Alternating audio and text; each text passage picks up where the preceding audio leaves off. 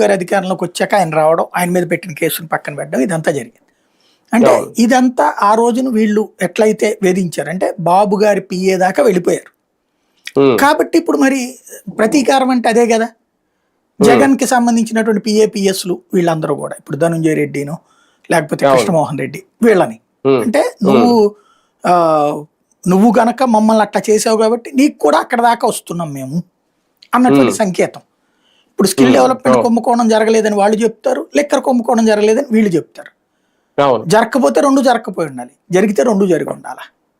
ఇది అంతే లెక్క కదా. అనమాట. ఉమ్, ఉమ్, ఉమ్. కానీ ఎవరు తప్పించుకోవాలనుకుంటున్నారు ఇందులో? ఎవరిని ఇరికించాలనుకుంటున్నారు?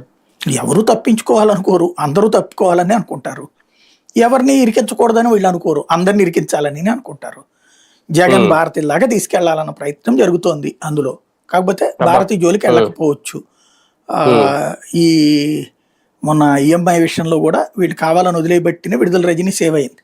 మహిళ అదే జోలికి అవును. వెళ్తా మళ్ళీ లేనిపోని రిస్క్ అవుతే రేపు పొద్దున అన్నటువంటి ఉమ్, ఉద్దేశం. ఎందుకంటే ఇప్పుడు ఎంత ప్రతీకారం, మీరు మమ్మల్ని ఉమ్, చేశారు మేము మిమ్మల్ని చేస్తున్నాం అన్న ప్రతీకారం.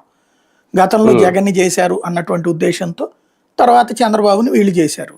ఇప్పుడు ఉమ్, చంద్రబాబుని చేశారన్న ఉద్దేశంతో మళ్ళీ ఇప్పుడు జగన్ పెట్టాలని చూస్తున్నారు.